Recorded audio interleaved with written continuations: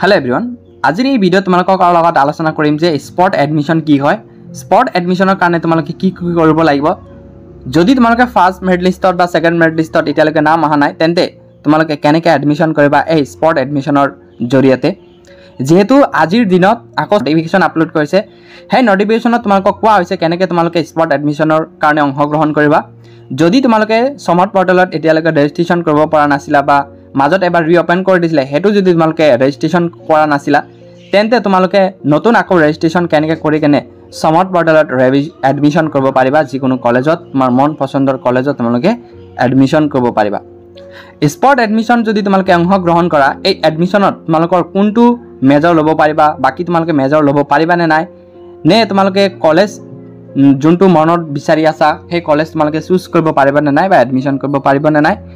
যদি তোমালোকে স্পট এডমিশনৰ কাৰণে এডমিশন কৰিব খোজা তেন্তে কি কি ডকুমেন্টস লাগিব বাকি যোনবোৰ ছাত্ৰ ছাত্ৰীয়ে অলৰেডি তোমালোকৰ যোনটো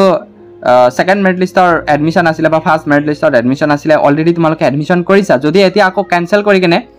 যেহেতু যোৱাকালি তোমালোকৰ কেনসেলৰ লাষ্ট ডেট আছিল যদি কৰা নাছিলা তেন্তে আকৌ তোমালোকে কেনসেল কৰি কেনে তোমালোকে কলেজটো কেনেকৈ চেঞ্জ কৰিবা বাকি প্ৰগ্ৰাম কেনেকৈ চেঞ্জ কৰিবা স্পট এডমিশনৰ জৰিয়তে সো সকলো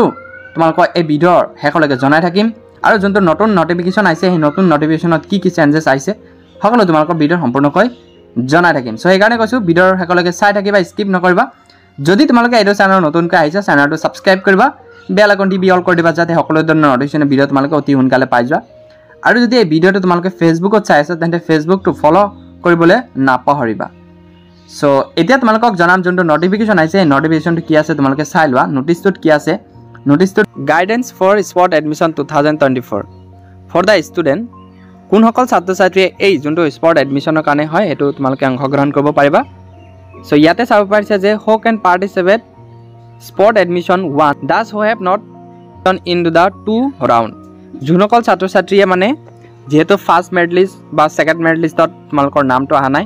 সো হেসকল ছাত্ৰ ছাত্ৰী কেনেকৈ কৰিব পাৰিবা বাকি ডাজ হো ডিড নট ৰেজিষ্টাৰ সমৰ্থ পৰ্টেলত যদি ৰেজিষ্টাৰ কৰিব পৰা নাই তোমালোকেও কৰিব পাৰিবা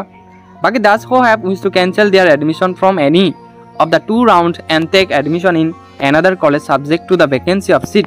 and policy of the college যদি তোমালোকে অলৰেডি এডমিশন কৰিছিলা এতিয়া যদি তোমালোকে কলেজটো কেনসেল কৰি কিনে আকৌ another কলেজত যদি তোমালোকে এডমিশন কৰিব খোজা হেবোৰ ষ্টুডেন্টে এই যোনটো স্পট যোনটো কাউন্সেলিং হয় এটোৰ কাৰণে তোমালোকে পাৰ্টিসিপেট কৰিব পাৰিবা সো ইয়াতে কথা আছে দাস হো R already register with need not register again যোনসকল ছাত্ৰ ছাত্ৰীয়ে ৰেজিষ্টাৰ কৰিছা সমৰ্থ পৰ্টেলত তোমালোকক আকৌ ৰেজিষ্টাৰ কৰিবলৈ কোৱা হোৱা নাই সো এতিয়া কথাটো হ'ল যে step to apply for spot round এই স্পট ৰাউন্ড প্ৰথম যোনটো আছে ইয়াতে for those who have not admission in the two round যোনসকল ছাত্ৰ ছাত্ৰীয়ে এটো সবতকৈ ইম্পৰ্টেণ্ট কথা যে বহুত ষ্টুডেন্টে ফাৰ্স্ট মেৰিট লিষ্টত সেকেন্ড মেৰিট লিষ্টত তোমালোকৰ নামটো অহা নাই হেবোৰ ছাত্ৰ ছাত্ৰীৰ কাৰণে এইবোৰ কথা তোমালোকে মানি চলি যোনটো স্পট এডমিশন হয় স্পট এডমিশনটো কৰিব পাৰিবা সো ইয়াতে কি আছে তোমালোকে ধুনিয়াকৈ বুজি লোৱা হেকাৰণে কৈছো ভিডিঅ'টো স্কিপ নকৰিবা বাকি যদি পাৰা তেন্তে ভিডিঅ'টো সকলোৰ মাজত শেয়াৰ কৰি দিবা যাতে সকলোৱে গম পায় আৰু এই স্পট এডমিশনৰ জৰিয়তে তোমালোকে এডমিশনটো কৰিব পাৰে সো ইয়াতে লিখা আছে প্ৰথম number check the available vacancies before the spot round admission on the Samarth পৰ্টেলত এইটো লিংক আছে লিংকত ক্লিক কৰিবা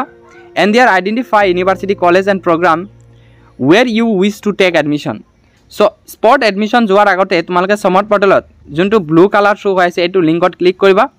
এইটো লিংকত ক্লিক কৰিলে তোমালোকে ভেকেন্সি চাব পাৰিবা কোনটো কলেজত কিমানটা সিট আছে কোনটো ডিপাৰ্টমেন্টত কোনটো সিট আছে সেই সিট মতে তোমালোকে কি কৰিব পাৰিবা তোমাৰ একাউণ্টটো লগইন কৰিবা লগইন কৰাৰ পিছত তোমালোকক কিছুমান আপডেট প্ৰফাইল আপডেট কৰিব দিব সো প্ৰফাইলটো আপডেট কৰিবা কিছুমান নেসেসাৰী ডকুমেন্টস আপলোড কৰিবা সো ডকুমেন্টস আপলোড কৰাৰ পিছত তোমালোকে কিয়াকে লিখা আছে যে apply for the programme student will only be able to apply for one program where they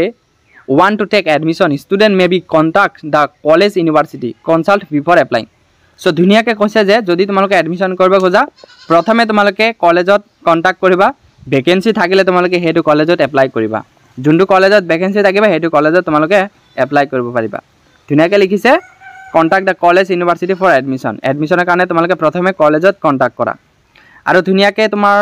যোনটো স্পট কাউন্সিলৰ আগত যোনটো তোমালোকৰ নিজৰ যোনটো প্ৰফাইল আছিল প্ৰফাইলটো লগইন কৰিবা লগইন কৰাৰ পিছত কোনটো কলেজত কিমানটা ভেকেন্সি আছে ধুনিয়াকৈ চাব পাৰিবা সেই ভেকেন্সি মতে তোমালোকে এপ্লাই কৰি দিবা সো এতিয়া আকৌ নতুন যোনটো সেকেন্ড অপশন হয় so for those who have not yet register on the Assam state higher educational admission portal Samarth যোনসকলে নাকি এতিয়ালৈকে সমৰ্থ পৰ্টেলত এতিয়ালৈকে ৰেজিষ্ট্ৰেশ্যন কৰিব পৰা নাছিলা বা ৰেজিষ্ট্ৰেশ্যন কৰা নাছিলা সো তোমালোকৰ কাৰণে ধুনীয়া চান্স এটা দিছে এই চান্সটো হ'ল প্ৰথমে কি কৰিবা প্ৰথমে তোমালোকৰ যোনটো check the available vacancy before spot round প্ৰথমে চেক কৰিবা কোনটো কলেজত কোনটো ইউনিভাৰ্চিটিত কিমানটা সিট আছে বাকি ৰেজিষ্টাৰ কৰিবা অন দা সমৰ্থ পৰ্টেলত আকৌ তোমালোকক ৰেজিষ্টাৰ কৰিবলৈ লিংক এক্টিভ কৰি দিব এইটো হ'ল লিংক সো লিংকটো এক্টিভ কৰি দিব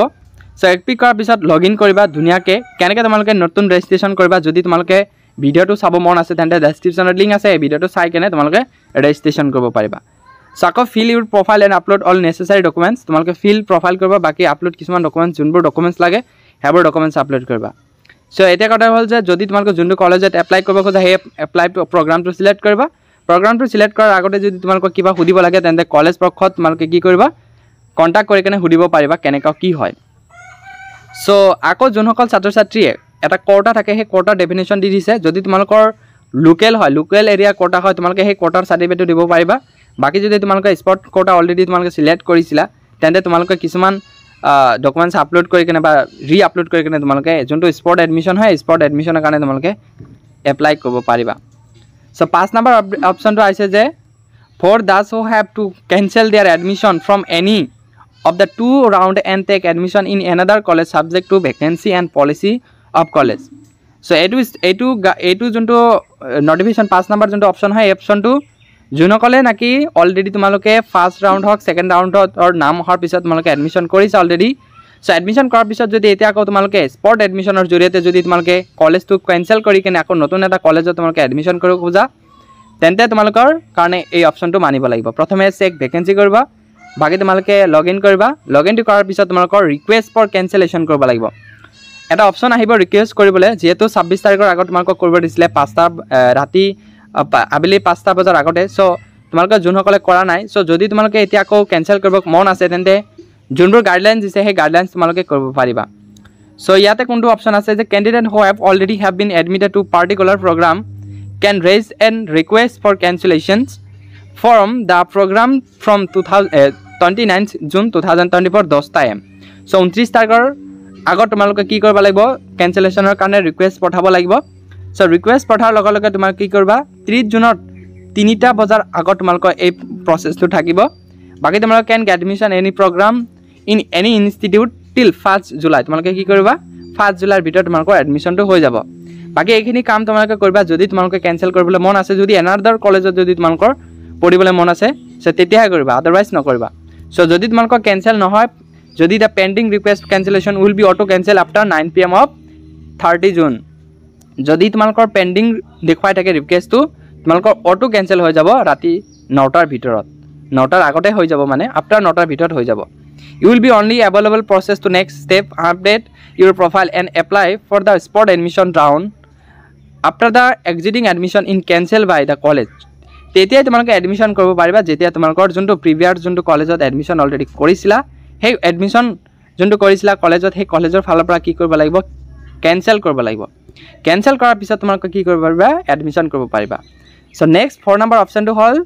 আপডেট প্ৰফাইল কিছুমান নেসেসাৰী ডকুমেণ্টছ আপলোড কৰিব লাগিব আকৌ for example ration card PAN card Aadhaar card income certificate যদি তোমালোকৰ ৰিজাৰ্ভেশ্যনৰ কোনো কোটা থাকে হেতু তোমালোকে কি কৰিব পাৰিবা আপলোড কৰিব পাৰিবা Apply for the program student will only be apply one program where they want to admission. Juntu programot apply কৰিব পাৰিবা এটা programত তোমালোকে কি কৰিব পাৰিবা apply কৰিব পাৰিবা বাকি যদি কিবা সুধিব লাগে তেন্তে কলেজ কৰ্তৃপক্ষক তোমালোকে কি কৰিবা কন্টাক্ট কৰিবা সো এখিনি আকৌ কলেজ বা ইউনিভাৰ্সিটিয়ে মানিব তোমালোকে এখিনি চাব নালাগে সবতকে মেইন ইম্পৰ্টেন্ট কথা হ'ল যে যোনসকল ছাত্ৰ ছাত্ৰীয়ে ফাৰ্স্ট ৰাউণ্ড হক সেকেন্ড ৰাউণ্ডত যদি তোমালোকে এডমিশ্যন কৰিব পাৰা নাই সো তোমালোকৰ চিন্তা কৰিব নালাগে তোমালোকে কি কৰিবা এই প্ৰসেস কেটা ফলো কৰি কেনে তোমালোকে কি কৰিব পাৰিবা এডমিশ্যন কৰিব পাৰিবা প্ৰথমে লগইন কৰিবা লগইন কৰাৰ পিছত তোমালোকৰ ভ্যাকেন্সিবোৰ চাই থাকিবা ভ্যাকেন্সি কোনটো কলেজত কিমান ভ্যাকেন্সি আছে কোনটো মেজৰ কোনটো প্ৰগ্ৰামত কিমানটা ভ্যাকেন্সি আছে সেই ভ্যাকেন্সিবোৰ চাই থাকিবা সোৱাৰ পিছত আপডেট প্ৰফাইল কৰিবা কিছুমান ডকুমেণ্টছ নেসেসাৰী ডকুমেণ্টছ আপলোড কৰিবা এপ্লাই কৰাৰ পিছত তোমালোকৰ এটা প্ৰগ্ৰামত তোমালোকে কি কৰিব পাৰিবা